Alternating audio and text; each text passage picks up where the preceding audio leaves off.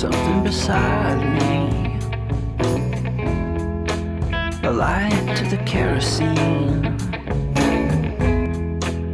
and the places aren't real anymore, and the faces don't say anything, in the silent light of the mind-blown sphere. It's a game, Devil's Chess Club. Devil's Chess Club.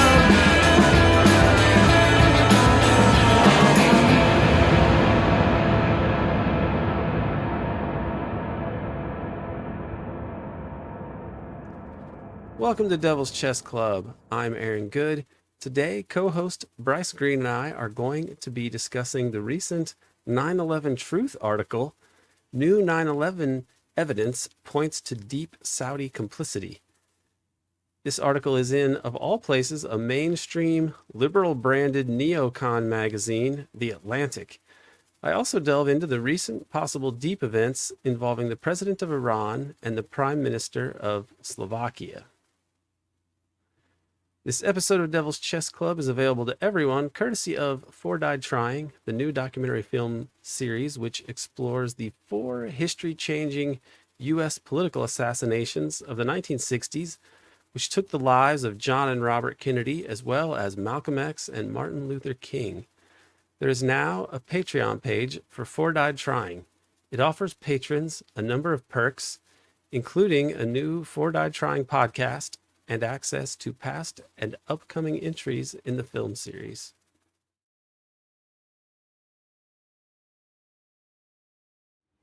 Bryce Greene, great to be with you again here at the end of the world. It's good to be back here, and yes, the world is ending. I'm really enjoying the summer so far. We finally it was a rainy, horrible few weeks in May, and then it's been nice and hot lately, and I like it that way. So I've really appreciated being alive, and I've been pondering that that condition might not be the same for so long if the crazies blow up the world. Maybe we'll start off here by, if you have anything that you would like to say about the situation for the movement to stop the Gaza genocide. Oh, well, I mean, it still continues. Lots of camps are still getting taken down. Lots of camps are still going up. Around the country, some universities are making little deals with their SJP or Palestine Solidarity chapters. Some of the deals are interesting. Like they're pledging to actually explore the level of integration that the schools have with Israel. Some of them are not. Some of them they're pledging to make a committee to explore the feasibility of maybe doing something about maybe inviting a Palestinian to campus one day. Like they run the gamut, and you can never really tell why, because you're not on the ground. You never know. You're not an organizer. You can't look at the calculations that they made to make this deal. But it continues here at IU. We're still out here. It's day 30 or something. It's something like almost day 30, and we're still going strong. We still got a lot of community support. Still got people coming cooking us meals. People staying the night. People movie night, teach-ins. It's going well. It's going well. But the genocide continues, and we know that we're putting pressure on the administration, the Biden administration at least. They don't like to see all these students getting hassled. They don't like to see all these universities having these protests up, because every time there's a protest there in America, he's probably getting calls from the Israel lobby, and sometimes probably Netanyahu himself saying you gotta cut these out. It's essential that Israel doesn't lose the beachfront of the college campus, because without the college campus, we can't maintain this support for Israel through generations. So that's why Israel's upset, and it's forcing the Americans to go like, are we really going to go this far for Israel? Like, is this really in our best interest? And it's obviously not. So forcing that question is beneficial. Now, what do you make of the recent developments, like the ICC issuing Well, they haven't issued them formally, but they've announced that they're going to issue arrest warrants for high officials in Israel, including Netanyahu. And they also issued some indictments to for Hamas officials and leaders. And they mentioned the bogus rape allegations, which they, as I understand it, they don't offer any substantiation of that. They just put it out there. So that made me, on the one hand, kind of cynical about it. And the ICC is normally known as like the court that the white people use to prosecute black people. Typically, it's African leaders that they haul up there. Well, So according to the head of the I've heard- ICC, Yeah. that's what someone told him. Yeah. He got a call from a leader and said, "Well, this court is only for Africans and Putin." Yeah, so I think, I mean, I would like to be a little bit wrong about my cynicism about it. I do think it's positive in a sense, even though he's both sidesing it. Like, at least he is saying that they are criminals, and other people have said that this person, this Khan fellow, is that he's more impressive than that. So I would love to be wrong about my sort of cynicism about it. I do think it's positive, though. What do you make of it? I think it's definitely positive. Like many things, it's forcing people to ask questions, hard questions. It's forcing countries to ask, well, if Netanyahu comes to here, are we going to violate the Rome Statute that we are a part of and not arrest him? Every country has to ask that, and even though the court really has no real power, like it can't send in a squad and arrest Netanyahu, but it does force crises of legitimacy. These institutions are only valuable insofar as people think they're legitimate, and if people have faith in the rules-based international order, they're true believers and not actual cynics. They're going to have to answer the hard question about whether or not they're going to continue to flout international law, and they're going to continue to aid and abet something that the ICC considers to be, a war crime. And so different countries around the world are saying, no, we're actually going to arrest Netanyahu if he comes here. And it's happening more and more and more. So that's what these rulings are good for. They're good for they're good for benchmarking the support for Israel around the world. And the more and more you're forcing these countries to make a stand, the more and more they have to actually reevaluate their position. So I think it's very positive. And in America, there are true believers, and you can mount evidence that can get the true believers in the rules-based international order to maybe change their behavior or position. Yeah, I do think that that's definitely true. That the sign that it's an indication that, at the very least, the ICC, even if for only cynical, self-interested reasons, if the fact that they would feel compelled to issue these arrest warrants just to hold on to their legitimacy, that is alone a good sign, regardless of what we can figure about the true intentions of the public face of the ICC, which is, who knows exactly what combination of factors compelled them to act this way. Now, another issue that comes up now is that you and there's rumors, sort of things, that posts that you see of people that have heard Israeli officials. I think it's Gilad Atzmon, who's a radical figure, but he posted something on Facebook saying that he had been talking to an Israeli officer, and that they are, or high official, one of the two, or fairly high official, and that, as I recall, he's saying that this person was talking about how they were gunning for world war, essentially. That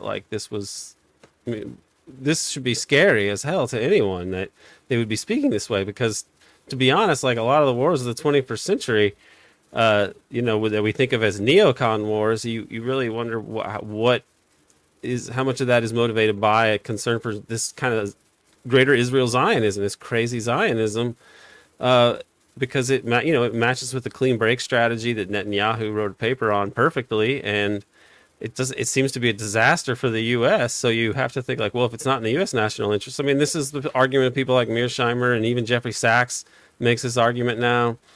How in the world could this possibly be happening, and yet are we going to be able to stop this? Do you find it plausible that Israel would be using its political muscle to try to start a world war? Because I find it plausible in a sense because they really, it's existential for them.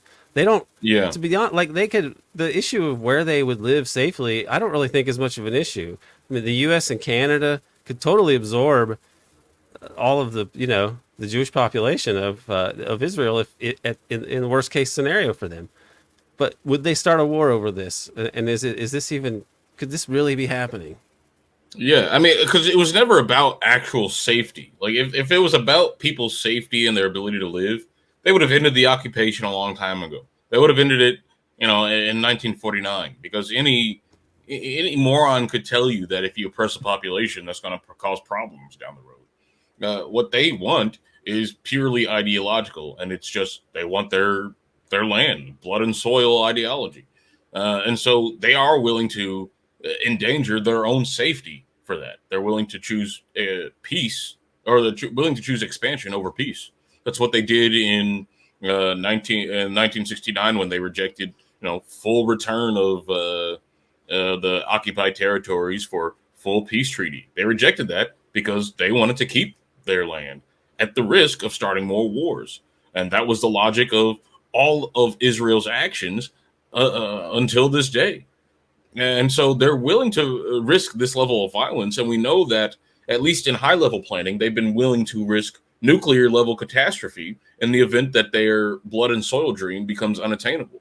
We talked about the Samson option that was talked about by Chomsky and Hirsch and other people about Israel. If it looked like they were about to endanger their national aspirations, then they could blow up the world by firing nuclear missiles at another country and starting a war. That's their trump card, and it seems that they're inching towards using that. We know that the U.S. officials are very worried about Israelis trying to start a wider war with not just Lebanon but potentially Iran. The U.S. doesn't really want that right now. Even the crazy neocons in America are kind of hesitant to go full force into this plan. And so Israel's ramping up attacks in southern Lebanon. Israel's ramping up attacks in Syria. Their rhetoric against Iran is increasing. The death of the Iranian president does appear to be an accident, but it's following on the heels of a lot of overt Israeli aggression against Iran. And so, I think it's pretty plausible that if not a deliberate plan by high-level Israelis, then that is the path that they're on to World War III. But I don't think that it will end up like a World War III levels, just because I think China and Russia are more savvy and more shrewd about their policies and about what they want to do with the world and how they want to engage. And if it comes to blows, I wouldn't imagine that Russia and China would be that interested, or America for that matter, would be that interested in starting a great power conflict over Israel. No, they wouldn't be at all. This is where it will not be helpful to win the argument if there is a world war and there's a nuclear holocaust, and say, like, you see, I think that it turns out that Zionism was able to exert an overdetermining influence over U.S. foreign policy, as evidenced by the fact that we're all dead and that the world is, enveloped in nuclear winter. Like, I mean, this is alarming. The thing that you can compare it to is Nazism. It's a blood and soil fascist ideology, and it was empowered by the idea of an existential threat, and that the only way to combat this threat was to be so powerful that you were unassailable. I mean, this is really kind of the core of Nazism. And the other weird aspect of it, that's another parallel of it, is that the U.S. at certain times, I think, utilized Zionism and Zionist networks for U.S. imperial purposes.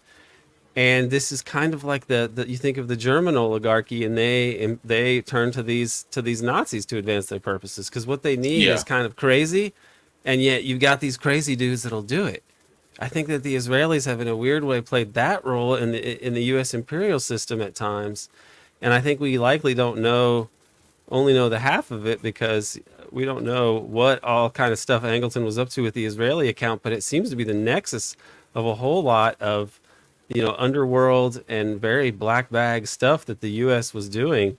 And I think that Israel, with that mentality that they are under threat of total annihilation if this project doesn't succeed, this I think is key to understanding why it's a dangerous thing. And people that have tried to minimize this or downplay this, it's harder to do it now that you see in Gaza, because you're thinking, how is this acceptable? How does this not just evidence of an insane ideological, eschatological project? It's so I think we should be very worried, and I hope that people in the U.S. who are interested in having a world to live in are going to take heed. No, I agree. I mean, when you look at again this ideology of Zionism, it has a few core constituencies, right? It has the actual, Jewish supremacists who want to rid, Palestine of all the seed of Amalek. Races. Yeah, seed of Amalek, and they want Judea and Sumeria, and you have people like Bezalel Smotrich talking about how they want southern Lebanon too, and some people might even want Jordan, and some people might even want the Sinai back. I mean, like that's the the bread and bones of Zionism. But then you also have in America these crazy Christian Zionists who have their own uses for political Zionism. Is usually anti-Semitic, but they are useful to imperialists and right-wingers because they mobilize a wide section of the American population. And then the other constituency is just like militarists. And these are the crackpot realists who are angled towards global empire. And they see the potential for Zionism being used as a proxy force, as it was in the terrorist wars in the 80s against the anti-colonial struggles in Africa, South Africa, Angola, etc., and just general chicanery around the world. I mean, we still are not fully clear as to their role in the McJihad in Kosovo and Syria and Libya and all of that. But I mean, they were very clearly involved because they were talking about it at the time. And so all of these different constituencies had different uses, but the empire, of course, is usually the most powerful one. But over time, the true believers, they've built such a political constituency that the imperial managers are having trouble to contain it. They're having to struggle against it. They're saying, well, we obviously don't want to blow up the world because we can't get rich right now. But we built this machinery and we enabled this machinery that could, in fact, result in blowing up the world, that could make it so that the path of least resistance is to blow up the world. And so it'll be interesting to see how they thread that needle with respect to all these constituencies, because the hard-nosed realists are going to need to find a way to restrain the Zionists or risk ending their entire project. Like the Human Civilization Project as well. Yeah, that too. Like, this is what blows my mind. I want to talk about this Atlantic article recently that deals with 9/11, and I know you read it, and it's pretty amazing. 9/11 evidence points to deep Saudi complicity. 2 decades of U.S. policy appear to be rooted in a mistaken understanding of what happened that day. By Daniel Benjamin and Stephen Simon. One of these guys is a former State Department official, and another one of them is an academic who's at the Quincy Institute. So what that should tell you is State Department, he's an establishment, crackpot realist of some stripe, although he might be of the sort of Quincy Institute quote-unquote restrainer, whatever, but like probably someone who is not a person who's a critic of U.S. imperialism. And then also, likewise, for anybody at the Quincy Institute, that receives Koch money, Koch brothers money, George Soros money. This is a establishment think tank, but like for different purposes. I think whenever it's needed to somehow redirect from the totally insano policies, they can, use these kind of thinkers to talk about this. And because it's kind of becoming more and more clear to more and more people that like something in the U.S. has gone wrong. Now, Yeah. what this article is interesting in that it tells us a lot of things. It summarizes a lot of things we already knew and acts like they are new. It's about in relation to it's in response to the lawsuit that seems to be going forward against the Saudis, and they are the article is in the Atlantic, and yet it's essentially saying we need to really rethink 9/11. There was deep Saudi connections to it that are pretty obvious now, and why did they do this? And they try to explain it, and then they try to make the argument that like if only we had known this, then maybe we wouldn't have gone into Iraq. Maybe we would have realized that the state sponsor was Saudi Arabia. The problem is that we did know this. Okay, what's your takeaway from this article? Because I think it's fascinating and it's good that people are looking at 9/11. But oh my God, the negative templates in this article are amazing. I mean, one of my biggest pet peeves with like liberal papers and liberal media outlets is that they'll find a problem that people have known about for decades. And then they'll go in being like, this is kind of weird. Why is this like this? And then they'll go in and find deeper explanations, or they'll brush up against deeper explanation and be like, well, this just flies in the face of everything we've known. Oh, we should look into this more. And then that's about as far as they get. It's just like a curiosity. Maybe these authors know more than they're letting on. I've never talked to either of them. They must. But like, there's no way anyone who's looking at this stuff doesn't have just a mountain of files, with a circle and lines leading from Bandar Bush to George Bush and George Tenet and Richard Boley and all that stuff. There's no way anyone who's halfway interested enough to write an article about it isn't fully or at least partially clued in on the deeper aspects. And so this questioning, this mindset of, oh, did we get things wrong? This might reshape our entire understanding of these events. We might have been a little bit hasty 20 years ago. Oh, that framing might be the only way that they can actually get their point across. Some people are smart and they read between the lines and they might go and do some more research. And so that's who I guess they're talking to through the lens of Atlantic speak. But one of the things that jumped out at me was that they asked the rhetorical question, well, should we now go invade Saudi Arabia? And then they said, no, the Saudi Arabia of 2001 is long gone. So, I mean, yeah, but it's still the same institution, the same way the America of 2001 is long gone. We don't have the Bush administration, but it's still the same structure, still the same regime. And they're just continuing to do the same shit. So, I mean, it's a lot of feigned ignorance that makes it frustrating to read.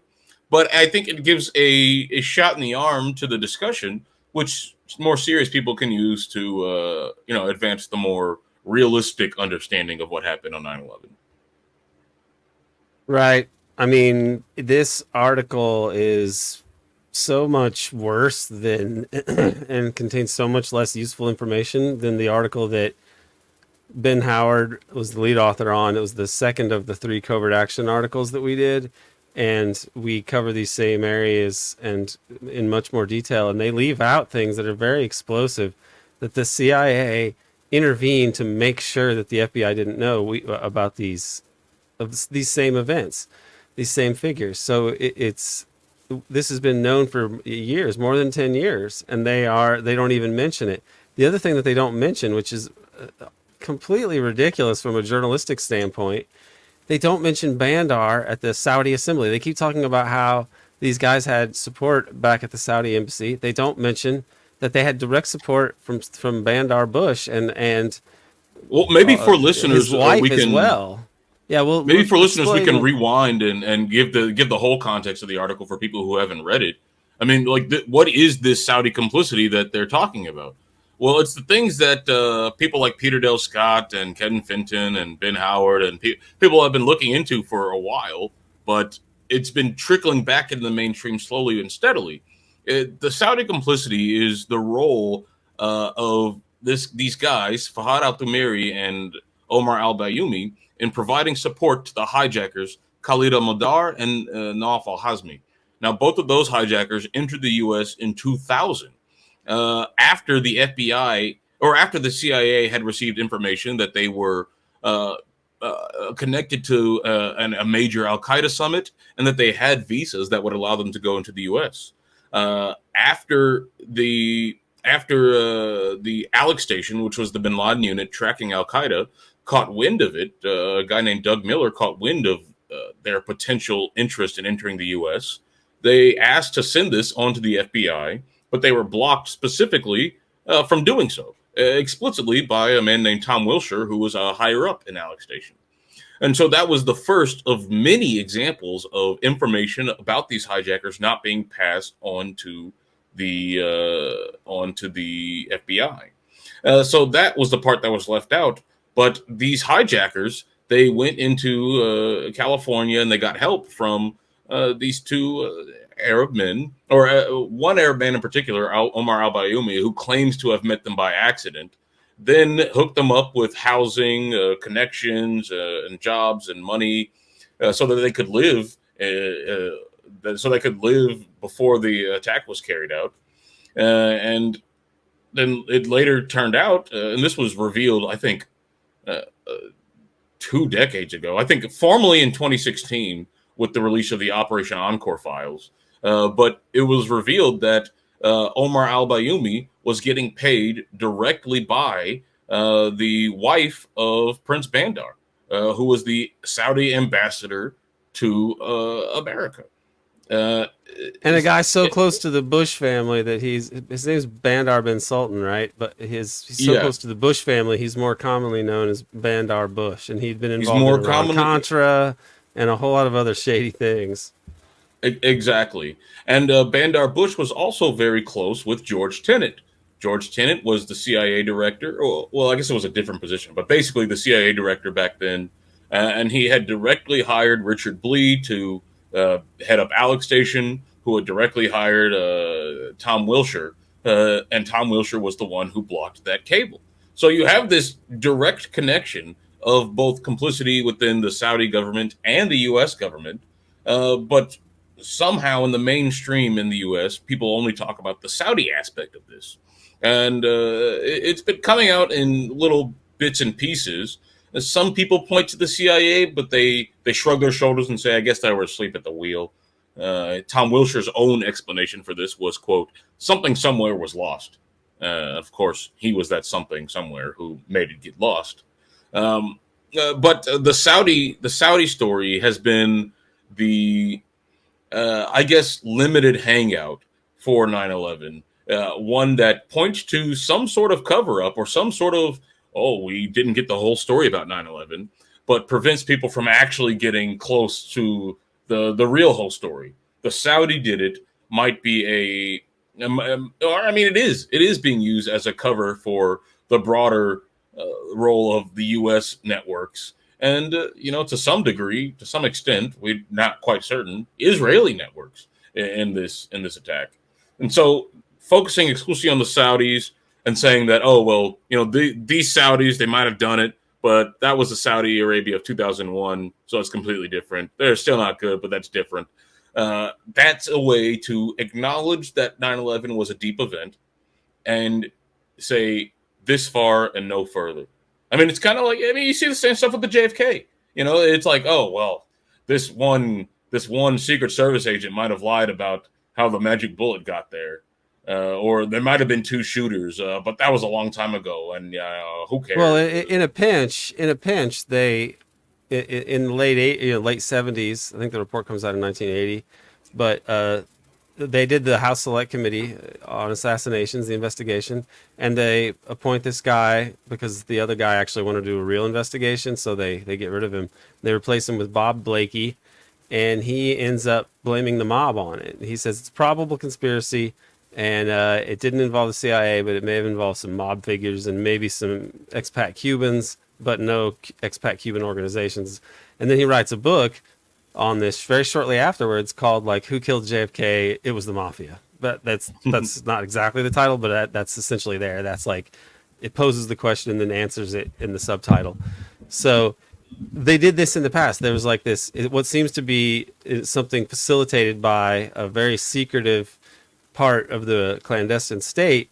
They blame on these cutouts or on a different figure that they had used in the past, like the mafia or the Saudis. But what's notable about this is they don't mention Bandar, but Bandar explicitly, we know of other cases where he works as the cutout for the most nefarious operations. He was involved in Iran-Contra, which did involve working with, Israelis as well, and Americans, and it was a compartmentalized kind of operation that not the whole government was aware of during the 1980s.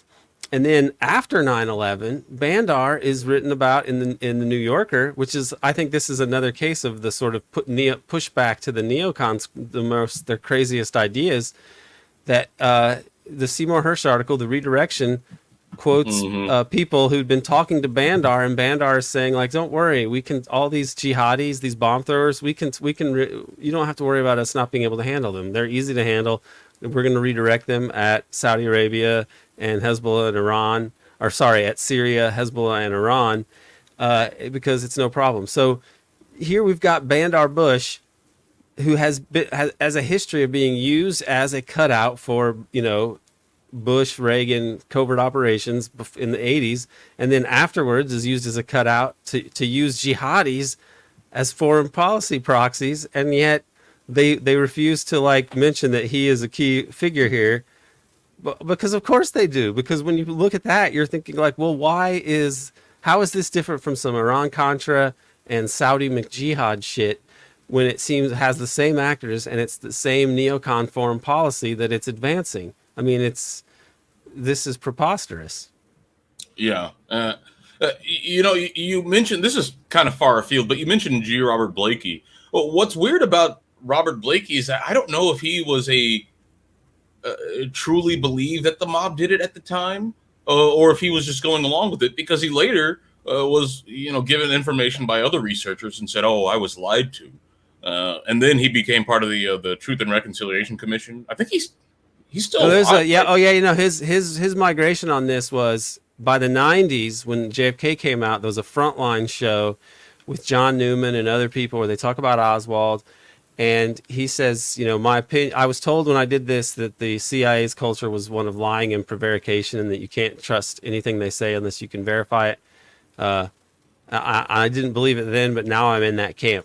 So he says that in the early 90s. But then in 2017, I believe, is when he signs the American Truth and Reconciliation petition, which says that the JFK assassination and the other assassinations in the 1960s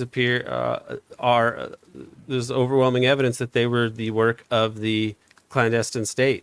And so that's remarkable, because he did come around on this. This is like if the 9/11 Commission chair eventually came out and said, Bush did it. I mean, it's sort of the equivalent of that. Yeah. But I mean, what was difficult for me was that I didn't see how anyone chairing that commission or the committee, the House Select Committee, wouldn't have gotten all that information from people like Gaten Fonzie and Hardaway and all those guys who were doing the serious research into the CIA.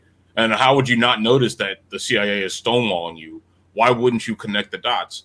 But that's just a question I have. Who knows how those committees are structured and how much information they're getting and whatnot. You could be... He may have thought that, sort of like what Spectre tries to make that case to Salandra, and Salandra actually says, you know what? There's such an insane, evil force at the pinnacle of power here that I actually can sympathize with Arlen Spectre making up the magic bullet theory. So that was, and Blakey, for all we know, Earl Warren believed that he was covering it up to avoid nuclear war himself. He was pretty much told that he needed to cover up a conspiracy because there's a Soviet conspiracy here and it'll kill everyone if you discover it. So he had the idea that he was going to cover it up. So maybe Blakey thought something similar, that he was going to avoid a terrible calamity by putting this issue to bed. I'm not sure. He's never admitted that, but Peter kind of intimated this to me, that he had met him in person and that he got the impression that Blakey was haunted by the weight of what he was doing and wanted to try to save the country, and he was wearing an upside down flag pin at the time that Peter met him, and that was to denote how horrified he was about, or how much he despaired about the condition of the country. So he's a complicated person, but he did perpetuate a cover-up. Although it was also an improvement because at least he was saying it was a conspiracy. Yeah. Who can ever tell with these guys here? I mean, once you're at the level of chairing a commission on like a blue ribbon sort of assassinations, thing. Yeah, I mean, like you're operating on a different level than we all are, and you know more about how awful the system is than Aaron or Bryce.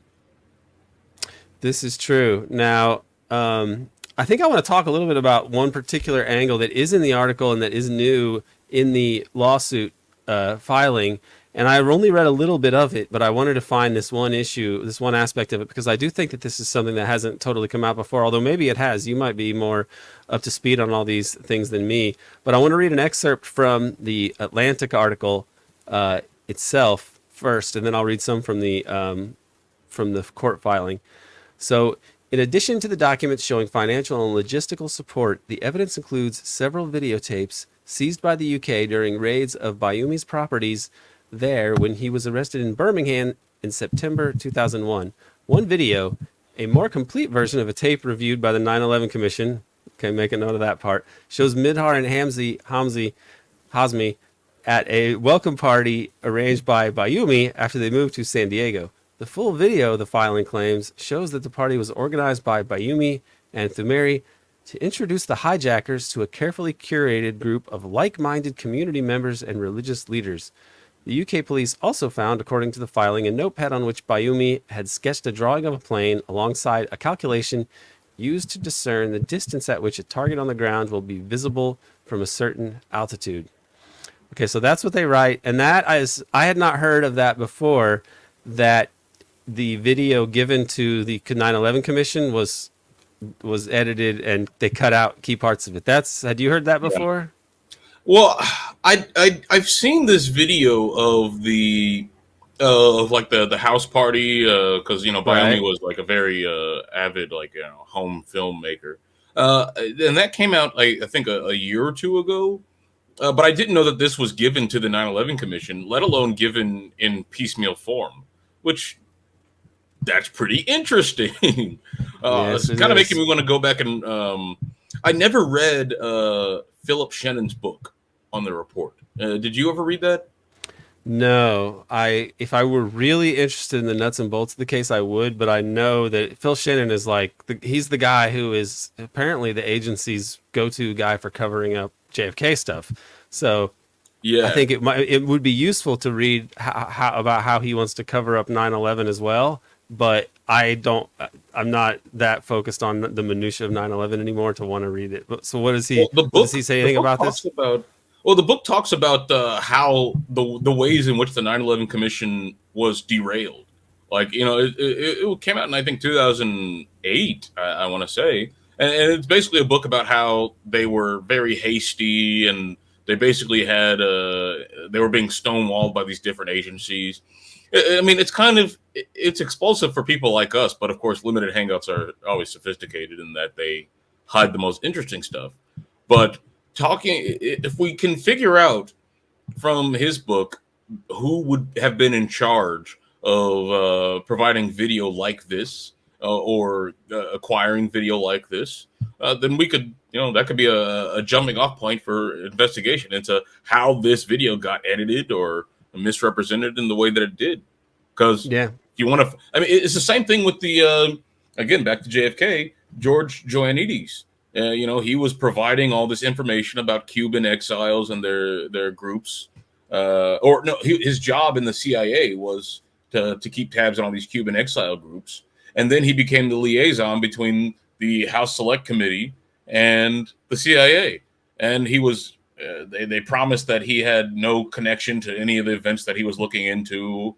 But then another one of Robert Blakey's turning points was that he found out that Ioannidis was just straight up lying to him, and the CIA was straight up lying to him about his connections. But the fact that the Joannides was handling requests into information that he was directly responsible for generating just a few years earlier. I could easily see that being some tactic that's transferred here. That some guy who might have been involved in, Operation Encore or in whatever in some degree. For listeners, Operation Encore was the FBI investigation into the Saudi involvement in 9/11. And those files were officially released in 2016. But someone working on that might have been one of the people who helped hide the information from intelligence agencies to begin with. You never know, but these are the sorts of breadcrumbs that people who do deep political research have to tug on. Well,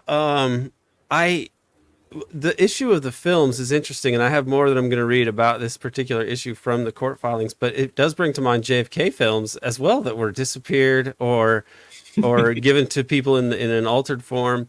Okay, the Zapruder film was taken right away by it was the CIA had it in its possession.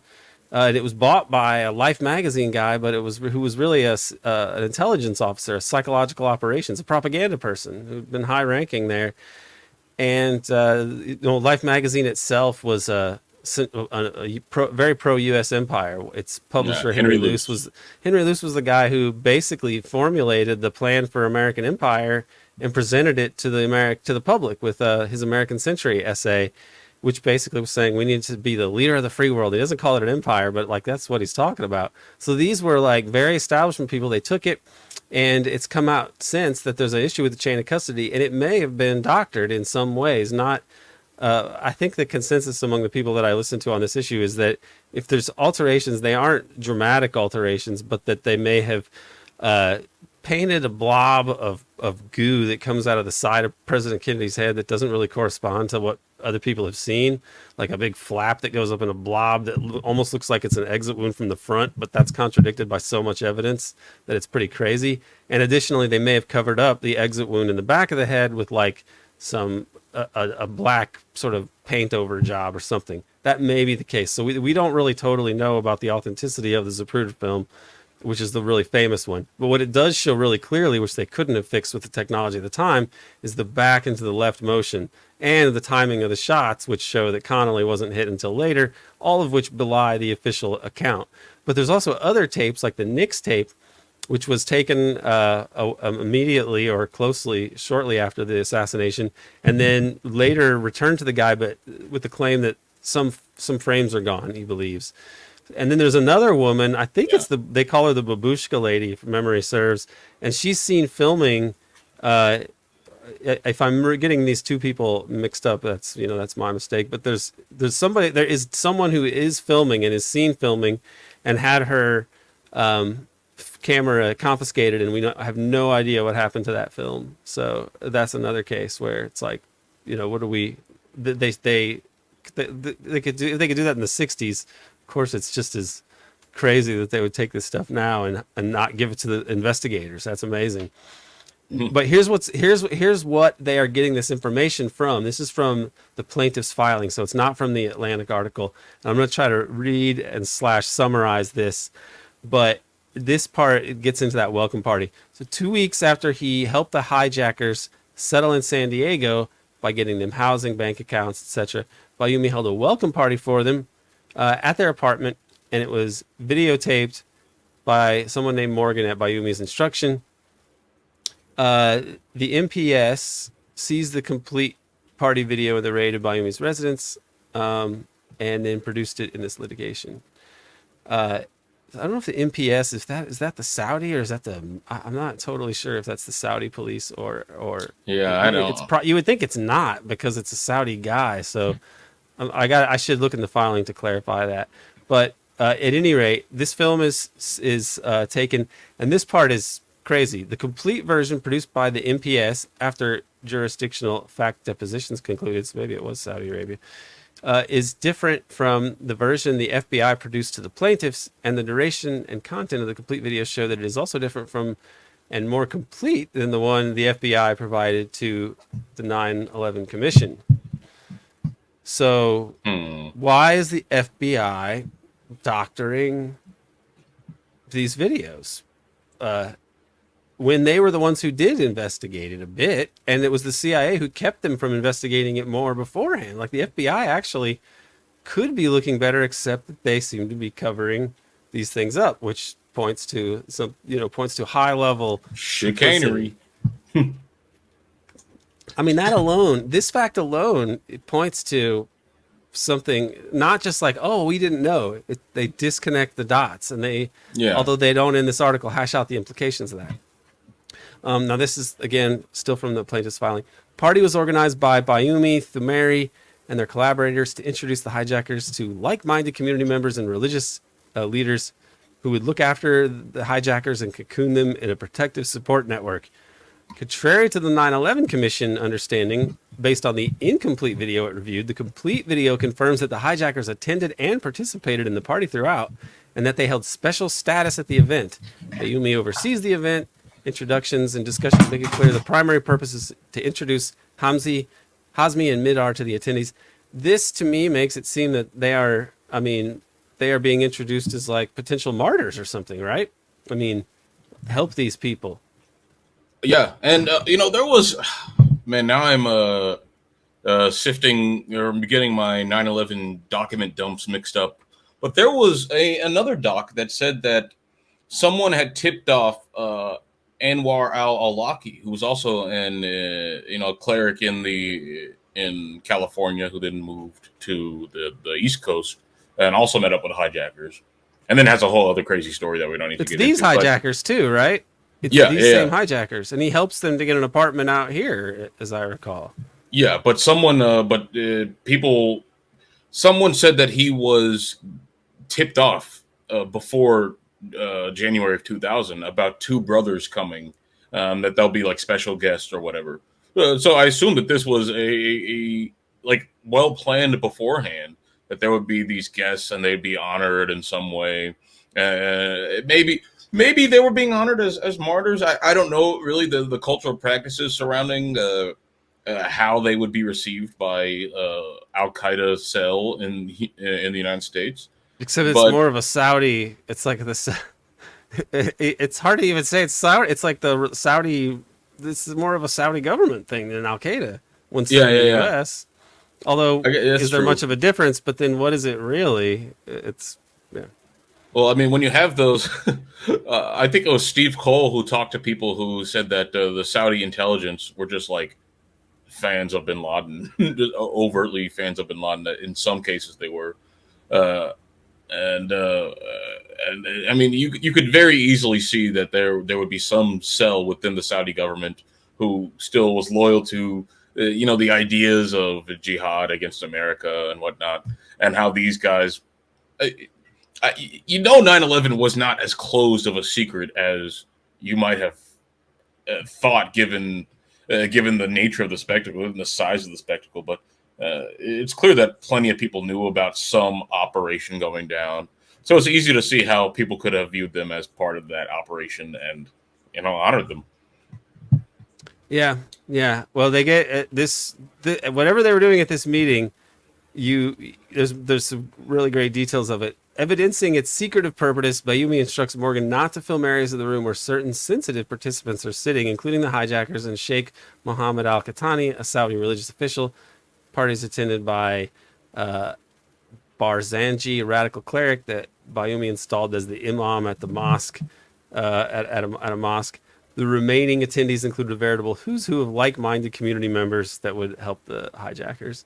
Evidence demonstrates Bayoumi sought to deceive investigators about the party's purpose. He claimed it was to honor a visiting sheikh who was departing the U.S., that Barzanji guy, but in fact, he'd been installed as the permanent imam at this mosque by Bayoumi himself, and he remained in the U.S. through the end of 2000. Further, Bayoumi's own captured statements indicate the purpose of the event was to, quote, welcome the brothers, in fact, whom we have not yet had the pleasure of meeting, plainly referring to the two hijackers. And additionally, Bayoumi misled investigators when he claimed the party was moved to the hijacker's apartment from his own at the last minute, again, in an apparent attempt to obscure its true purpose. So there's more here about how they have just been, deceiving people. And Bayoumi is acting so deceptively. Evidence now shows BME coordinated the party with MOIA officials, this Ministry of Internal Affairs probably, and reported to them after it concluded. So he coordinated planned the party with them and gave him a debriefing afterwards. Records show he called the embassy MOIA head, the personal cell phone of this guy. It's not Bandar, it's somebody named Sawalem. Twice in the days immediately after the February 17 party on Friday the 18th at 7:58, and then again, repeated calls. The timing of these calls immediately after the party and made after business hours to the personal cell phone indicate that Bayoumi was reporting on the party. I think that's reasonable. In addition, the available evidence and circumstances indicates that Katani, the Saudi religious official Bayoumi instructed Morgan to avoid capturing on the video, was a Saudi government Islamic affairs official. So this is somehow intertwined with these groups. So Al-Qaeda versus the Saudi cultural officials are, pretty close. In the wake of the party, the attendees invited by Bayoumi and others co-opted by him, mobilized to provide the hijackers precise support they needed to carry out their operations. Okay, Bayoumi continued to play a big role.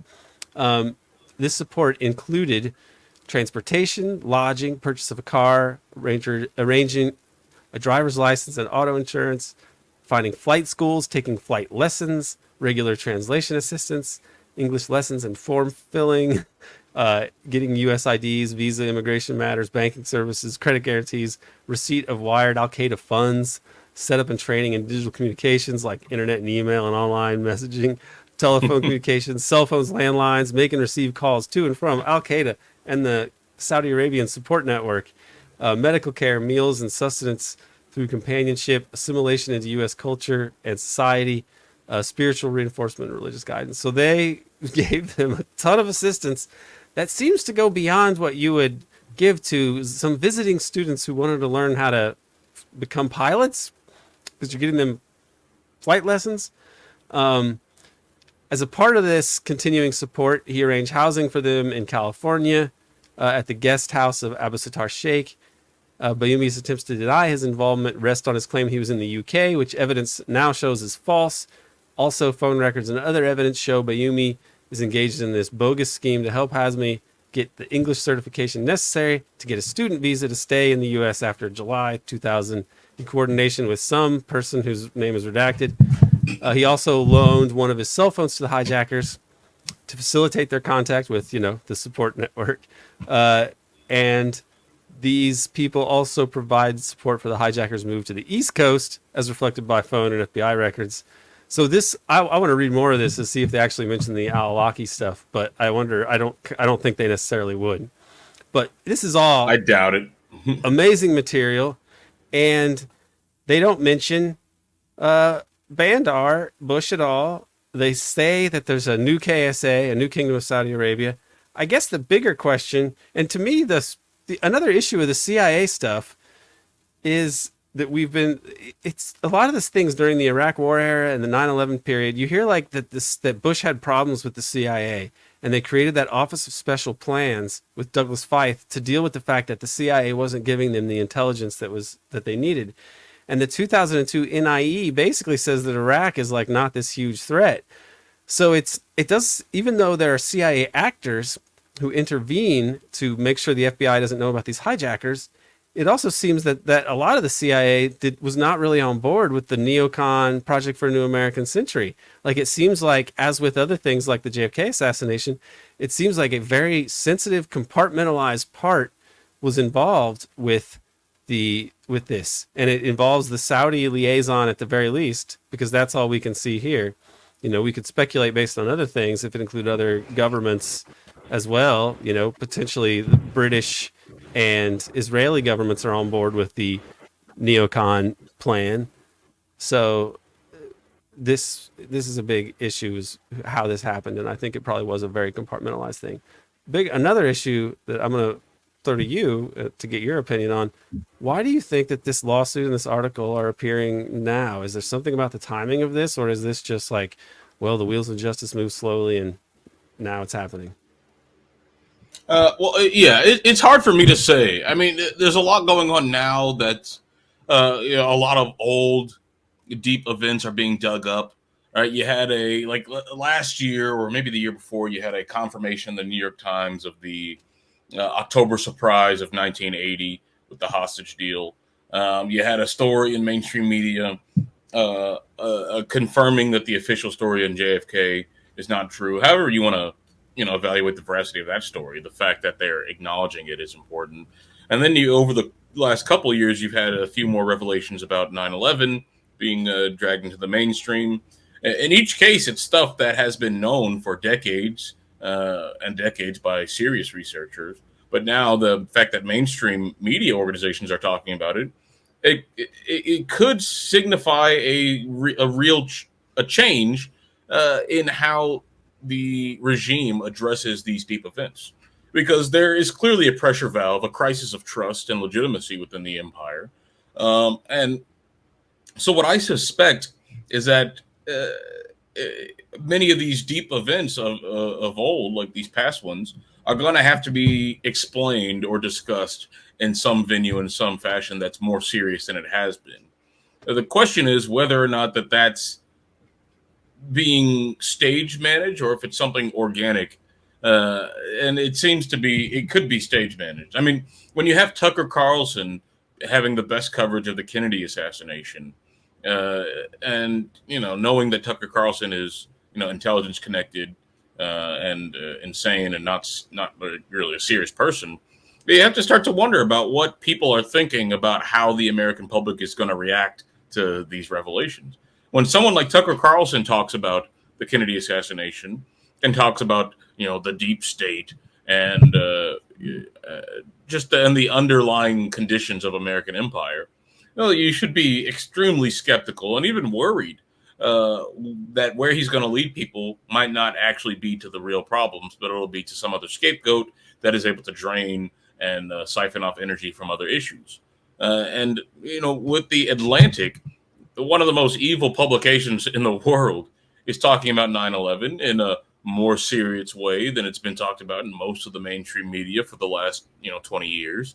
Well, then we should start to raise our eyebrows about why is this happening? Are they preparing?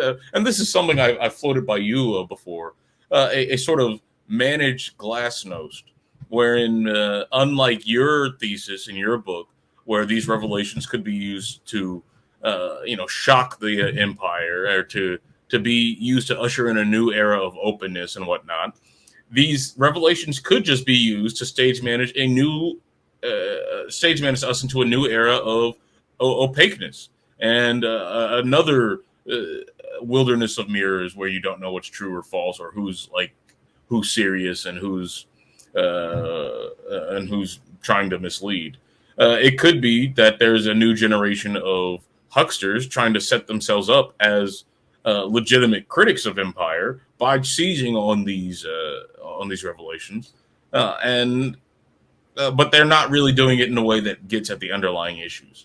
So that's what I'm worried about, and especially given the international situation where the American empire is at its most perilous and precarious it's been in 70 years. You have to wonder about what these different factions of elite opinion makers and I guess you can call them thought controllers or the thought directors, thought leaders, I think is the term, about what they want for America and what they want for the American consciousness, because they have the ability to flip levers in the mainstream media to sell wars and sell lies. Well, what else are they trying to sell? Are they trying to sell a new vision of a fake new open America wherein we confess to our past sins, but not really? Is this one giant limited hangout? Who knows? Yeah, and I don't necessarily think that it would be we would expect them to have really dramatic revelations and then do a complete 180 on everything that the U.S. has been. But I think it's something along the lines of allowing these things to manage a transition away from the empire and the need for so much clandestine insanity, that you might say that you might have some way of explaining some of these catastrophes. I mean, this Atlantic article seems to be on the one hand a way to do that, because this is the basis for all of the catastrophes of the 21st century for the U.S. empire. And they're attributing it to like, oh, if only we knew that it was the Saudis that did this, maybe we wouldn't have gone on all these aggressive wars. Because it's now pretty clear it's a disaster for everyone. And to me, I wonder if this is a way to say like, okay, we really can't go any further down this path. Because I think Gaza and Syria, where we are illegally and quite precariously, also these bases in Iraq that are precarious, I don't think these are really tenable. Like, and that they're going to need to have some way to scale this back, and that's where potentially you may have a use for these kind of revelations. Or alternatively, maybe they're trying to punish the Saudis for getting too close to the BRICS, you know, for having a peace deal with Iran and for agreeing to sell, you know, oil in Chinese renminbi. Or maybe this is my most sort of pipe dream hope, but maybe part of it is to get the Saudis on side for some kind of two-state solution that they can say the Arabs are on board with and present to the Israelis, so that the Israelis don't end up causing World War III, and that the U.S. has a way to save them. This is what I've said in the past, is that even though like I think a one-state solution is the more moral choice, and that I really don't support an Israeli, or I mean I don't support a Jewish state, a Mormon state. I don't support any state based on ethnic, religious, racial groups and superiority like that. I think that that's insane. But if it would avoid the Samson option or any other crazy things, and you could have a Palestinian state, then I think that would be desirable. It's feasible because you just have to get the U.S. to go along with it and use the UN to do it. And additionally, I also think it could lead to eventually kind of a evaporation maybe of the Zionist project, because without the big bully boy ability that they have, it seems that they would have to be oriented very differently. And I think their reputation is going to be really shot for any younger person. I think being a part of Israel, if Israel doesn't radically change what it's doing, then no dynamic young people, the only people that are going to want to be associated with it are people that are comfortable with genocidal criminality, really, or are so zealous that they're blind to it. And the U.S. is waning as a power. It just doesn't seem like it's a feasible project, even with a two-state thing. I think that's part of what their calculation is, and maybe that's why the Israelis they seem so hell-bent on just annihilating the Palestinians. So all of these things seem to be related. All this, in some way or another, why this is happening is the failed PNAC, the failed Project for a New American Century, and this 9/11 was a part of it, a huge part of it, and Gaza is another huge part of it, and the Gaza genocide, we have to think of it, and it's a huge disaster. Maybe in some way, this is an attempt to roll that back, but I don't know. We'll have to see how it plays out. Why are they letting the lawsuit go forward? They can squash things when they want to. They haven't squashed this. That is a question that looms over all of this. Yeah, and I don't know enough about the legal proceedings to know about which judge and which circuit or which arena this is being had. But yeah, I mean the reach of the national security state and the deep political system is pretty wide, and that when they don't want something to be in the Atlantic, it won't be in the Atlantic. So asking why they let it here is, I think, a worthwhile question. Yes, I hope we someday can find an answer to this.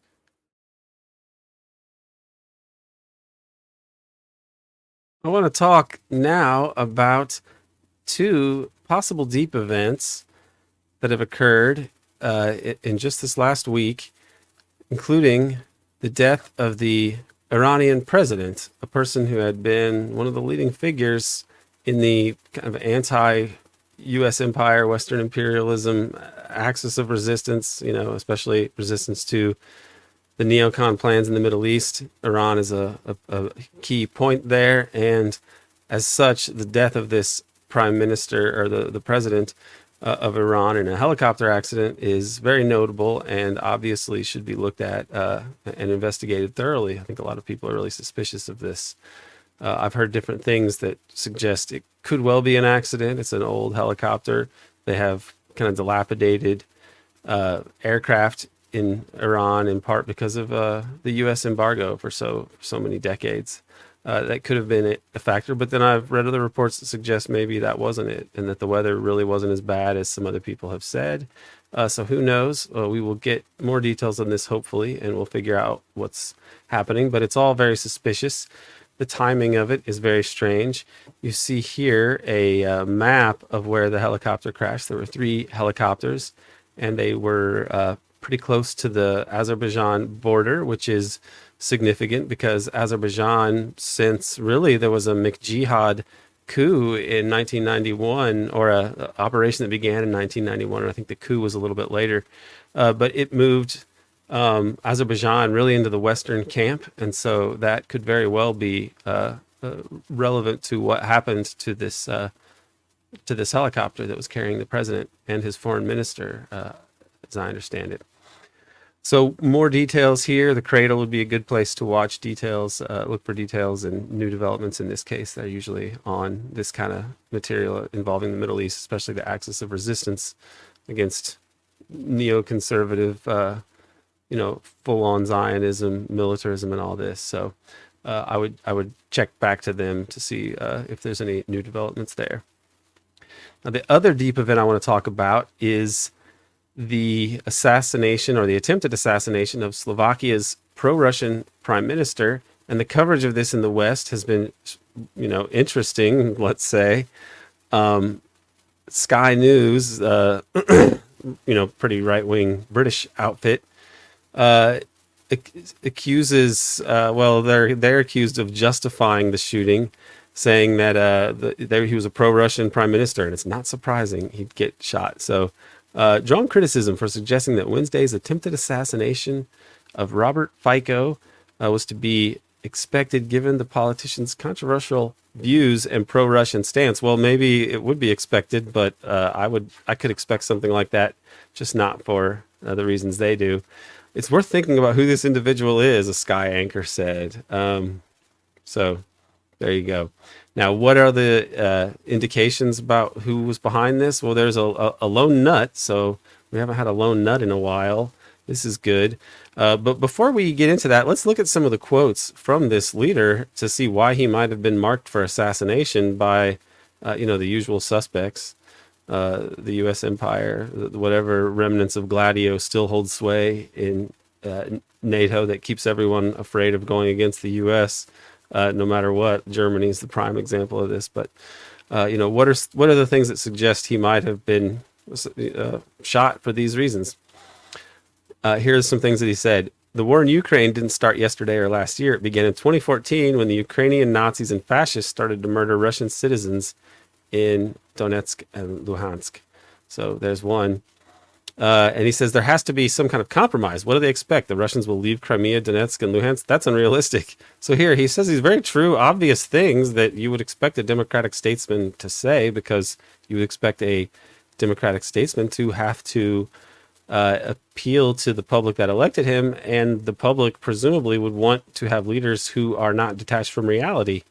So these are reasonable things to say, but the whole purpose of the U.S. empire and the West is to not allow leaders to act in rational ways, but to make them mouth absurd platitudes, and whatever the U.S. says is good for the world, they have to pretend is good for their country, whether it's true or not. He also said it's shocking to see how the West has repeatedly made mistakes in assessing the situation in Russia. Yes, this is true. They overestimated the ability of Ukraine to be able to field a military that could stand up to Russia, and they vastly underestimated Russia. So terrible, catastrophic mistakes all around. Ukraine is not capable of any meaningful military counteroffensive and has become completely dependent on financial aid from the West, with unforeseeable consequences for Ukrainians in years to come. Yes, this is all true. And also things that would not be well received in the West. On the truth in general, if we can't tell the truth at the Brussels table, Brussels is the headquarters of NATO, that, for example, anti-Russian sanctions didn't work, that further destruction of Ukraine and killing Ukrainians is going nowhere, that the fanatic implementation of the Green Deal is killing our economies, that 20,000 casualties in the Gaza Strip cannot be overlooked just because Israel causes them, we are on a slippery slope that cannot only be politically but also economically destructive for Europe. So there, he's really hitting on a whole lot of Western imperial imperatives that we would not take kindly to, we meaning the U.S. regime, which I'm not really a part of. But I understand that the apex of the U.S. empire would not appreciate this at all. And they want total hegemony over the West, especially Europe, keep them on side. Now, on the issue of aid for Ukraine, he says they're one of the most corrupt countries in the world. And we are conditioning what is excessive financial support on guarantees that European money not be embezzled. So they don't want to contribute money to this state that is extremely corrupt, and that money will probably be embezzled. So this is something to consider. If the strategy is to continue to pour money there, huge amounts per month without any result, and we have to cut our own resources. After all, we have huge problems. The public money is in a difficult state. Yeah, how can we afford to do this? He's asking these things. Russia will never be defeated militarily, he says. We could pour all the weapons of the world, all the money there. It doesn't matter. And he said it is the turn of 2023 and 2024. You'll see Russia begin to dictate the terms of settlement in this conflict. Yes, they are dictating them, and the U.S. is pretending that this isn't the case. It's really remarkable. I will support zero military aid to Ukraine. An immediate halt to military operations is the best solution we have for Ukraine. The EU should change from an arms supplier to a peacemaker. Imagine that, the West acting as a peacemaker and not a peace profiteer.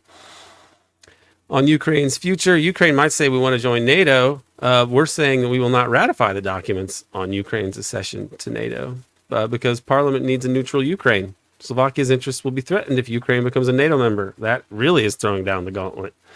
I will tell him, the Ukrainian Prime Minister, I'm against Ukrainian NATO membership. I'll veto it.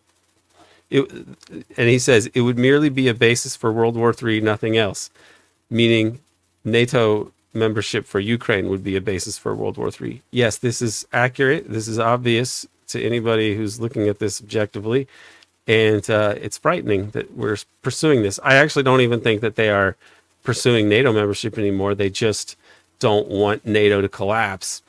And, well, the situation in Ukraine to collapse, precipitating a NATO collapse. They don't want Ukraine to collapse before the election. And I think that Ukraine is likely to collapse before the election, though I do not have a crystal ball. Once a clash happens between Russia and a NATO member state, we will have a world war. Yes, and a world war that will likely kill pretty much everybody on the planet. In the future, we can imagine Ukraine has the closest possible cooperation with the EU, including membership, but to do that has to meet conditions like everybody else. We all know it's one of the most corrupt countries in the world, and the existing government is far from democratic standards. Yes. Now, so this shows you that he is going right against the neocon American imperial consensus about the prime directive of Ukraine being this NATO beachhead against Russia. This is a doomed enterprise, and he basically called it out as such in a totally rational way. So naturally, he ends up getting shot. Now, I only have a little bit of information on the accused, the alleged shooter, who does, best I can tell, it does seem that he is the shooter, and I haven't heard people say there are other shooters. So let's just look at this person, what we can see if there's anything we can figure out here. This is in Spanish newspaper, El País. Roberto Fico's attacker, a poet with past ties to an ultra-nationalist and pro-Russian group. That is very strange. According to local media, Jiraj Sintula, the alleged shooter, advocated creating armed militias against the arrival of hundreds of thousands of migrants and showed contempt for the Roma minority in Slovakia. He also opposed ending aid for Ukraine, which these seem to be strange, contradictory positions, but even more so you'll see here. A poet and a member of a literary club in the last decade, he was linked to an ultra-nationalist and pro-Russian paramilitary group. He was employed when he was employed as a guard at a security company. Little else has emerged about his work life. So he's at this group of ultra-nationalist Slovakians who are pro-Russian and into paramilitary chicanery. right? That's what they mean, ultranationalist pro-Russian group. While he was working at a security company, which is as a guard. So he works for a security company, which to my mind, security company, always very dubious. Remember that RFK, Robert F. Kennedy, seems to have been shot by a security guard who was really working for some other entities, most likely Thane Eugene Caesar, working for Bob Mayhew, essentially. And anyway, back to Slovakia. While leading the movement against violence, like another group he was a part of, he maintained with Slovenský branchi, an ultranationalist and pro-Russian paramilitary group that dissolved in 2020. In a video 2016 on Facebook, he's at an event of this extremist pro-Russian group that advocated for the creation of armed European militias to defend against immigrants. This outfit, Slovenský branchi, acted for years as a Kremlin propaganda tool, criticizing NATO and the EU for allegedly threatening Russian interests. But this prime minister, who he shot, was also a critic of NATO and EU. So was this guy, what was he doing trying to infiltrate these groups? It reminds you of Oswald. Here he is leading the movement against violence while also being part of the Slovenský branchi pro-Russian group, the ultranationalists that could almost be called the movement for violence. Not precisely, but you get what I'm saying. These would seem to be movements on the opposite side of the spectrum, and it does, to my mind, conjure up Lee Harvey Oswald down in New Orleans months before the Kennedy assassination, associating with right-wing anti-Castro Cubans, while also being a part of a Fair Play for Cuba committee, which is calling for better relations with Castro. It doesn't make any sense, but it seems to point to some intelligence activities in my mind, and in the minds of many others. So was this guy, is the reason, can this be resolved by reference to the possibility that this shooter was assigned to infiltrate this right-wing pro-Russian group because he worked for a security company that would have been tied with the West in some way or another? I think that is quite an interesting possibility to explore. Maybe they will get to the bottom of that. We will see. But this happening in Europe, it brings to mind, and involving some what apparently clandestine chicanery, or the possibility of it, it brings to mind some other famous assassination attempts in the post-World War II U.S. empire era of NATO-U.S. dominance over Europe. So here, this is a picture from the early 1960s when Charles de Gaulle was shot by these people from a secret army organization that favored continued French presence in Algeria. These were right-wing people affiliated with apparently Gladio networks. Alan Dulles and the CIA were likely involved in this. After de Gaulle is able to narrowly escape this, you can see the flat tire on the Citron, and his driver got him out of there, and they somehow survived. But he confronted JFK about this, who was the president at the time, President Kennedy, and he said to President Kennedy, "Are you trying to kill me? We are finding evidence that these men are connected to the Central Intelligence Agency." And Kennedy says, the president, "No, I didn't have them kill you, but the CIA is basically out of my control. So I can't really tell you about that."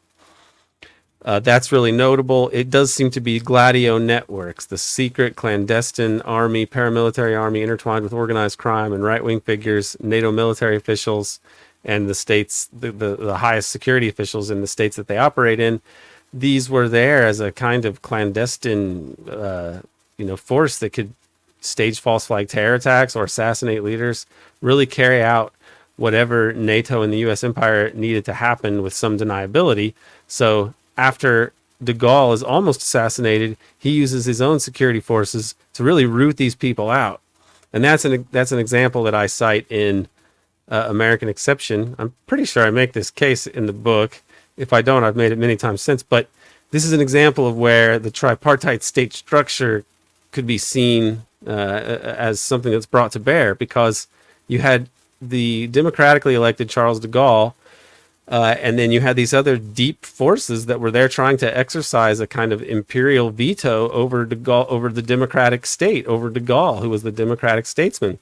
And what de Gaulle does is he uses the other part of the state, the security state, And the people who are not corrupted by these deep political forces, which essentially are Western imperialism, i.e. the United States and its clandestine netherworld, okay? But de Gaulle uses the French security services to actually arrest these spooky networks of U.S. affiliated imperialists. So this is a way that you could think of potentially resolving some other issues in the U.S. if there was ever the will, if the democratic state and the national security state, the police organizations, the security services, if they really wanted to investigate these things like 9/11, like the JFK assassination, then we could actually deal with these deep political networks.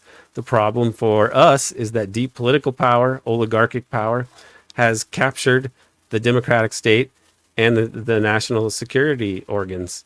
And they operate under the kind of dominance of a top-down force bent on world domination, global domination for the benefit of an oligarchy of private wealth. That's the situation that we are confronted with. Another notorious Gladio assassination. I use the term Gladio to basically refer to the whole clandestine netherworld that the U.S. assembled in Europe.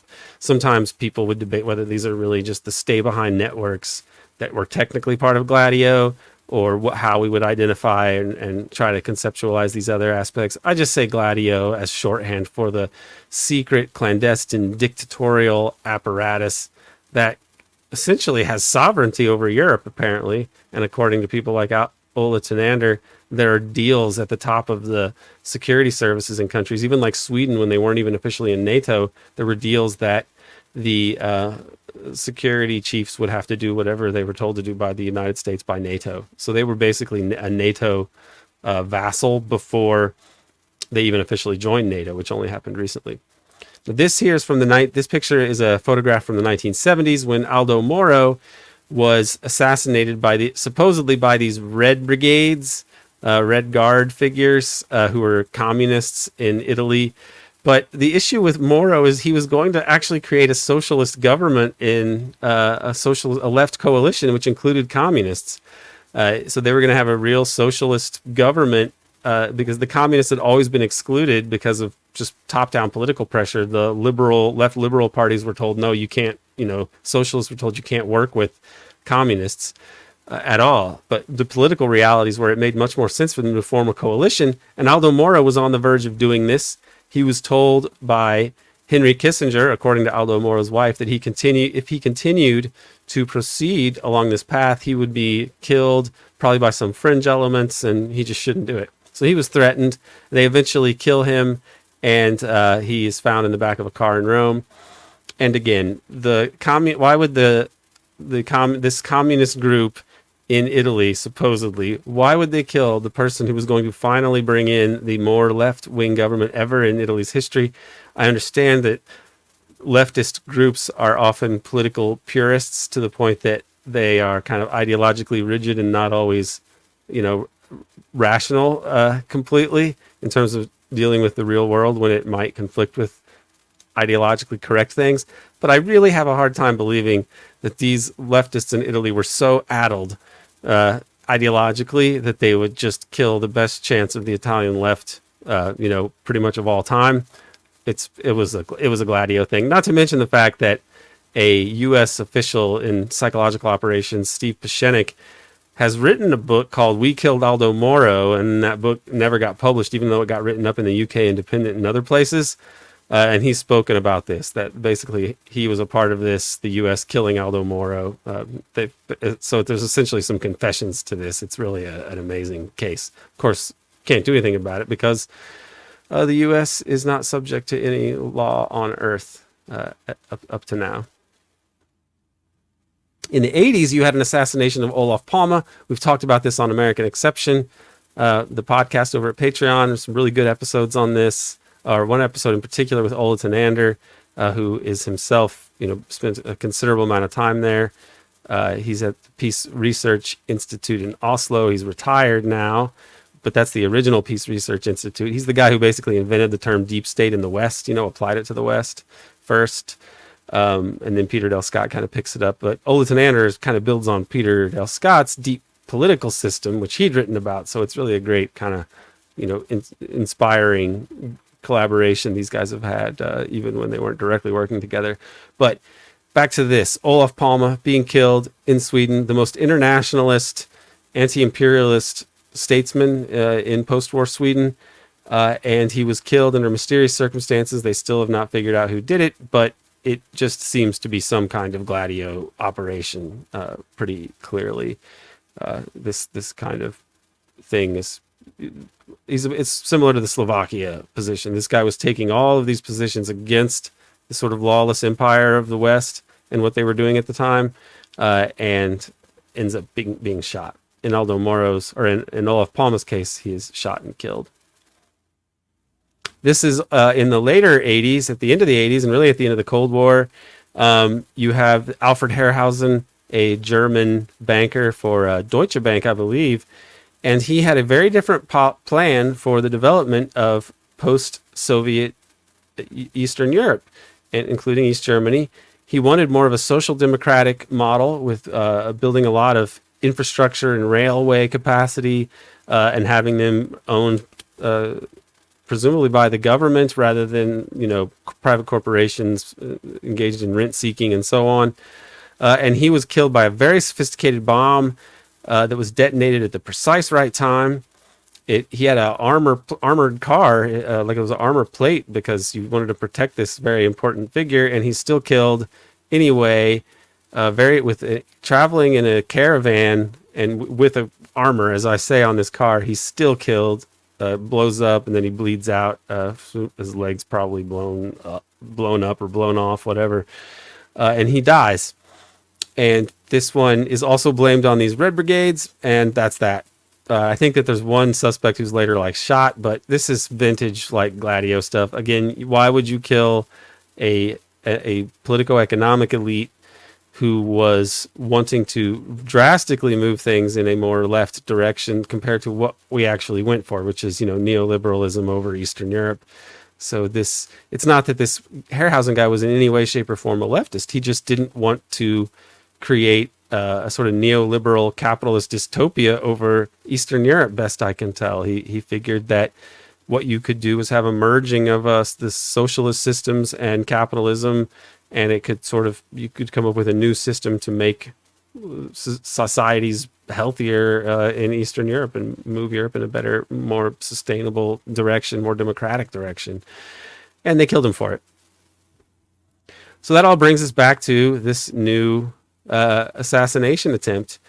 What does it mean? What does it portend for the rest of Europe? I've already heard some things on social media that other leaders have been threatened, and in ways that are more or less evoking this, saying, well, you saw what happened to the Slovakian prime minister. You don't want to keep going down this path, questioning the wisdom of your NATO super daddy or whatever. So, be mindful. I would guess that this was a message received by a lot of people, but is the West at the point where they can assassinate their way out of the problems that they're facing right now? I don't think so.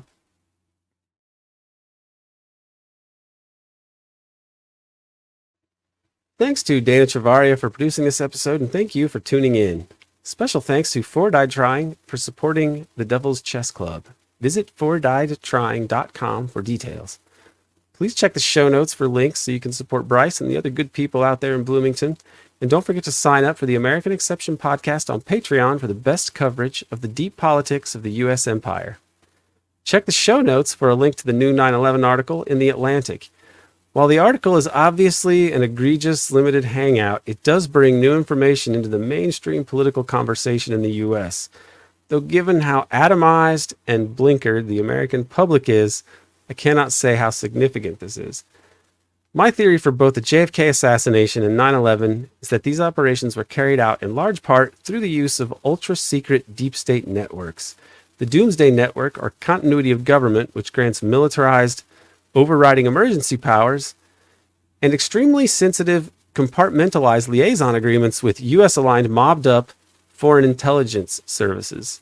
Okay, that's the second component or set of networks that I see involved in these operations. There's the Doomsday Network, and then there are these liaison arrangements with foreign intelligence services. This new information contained in the lawsuit, which is discussed in the Atlantic article, is more affirmation of my working theory, even though the Atlantic obviously cannot go there. There's no plausible explanation for why CIA officials intervened to make sure that the FBI did not learn of the activities of those hijackers living in America and supported by an elite network, which included notorious deep state operative Bandar Bush. As for why we are seeing this lawsuit in a U.S. court now at this very precarious historical moment, I can't say for sure. This is quite a development we see unfolding, just as the neocon pipe dream projects of a new American century and greater Israel are both crumbling to dust. In other words, I'm having trouble discerning exactly why they are making these moves on the devil's chessboard.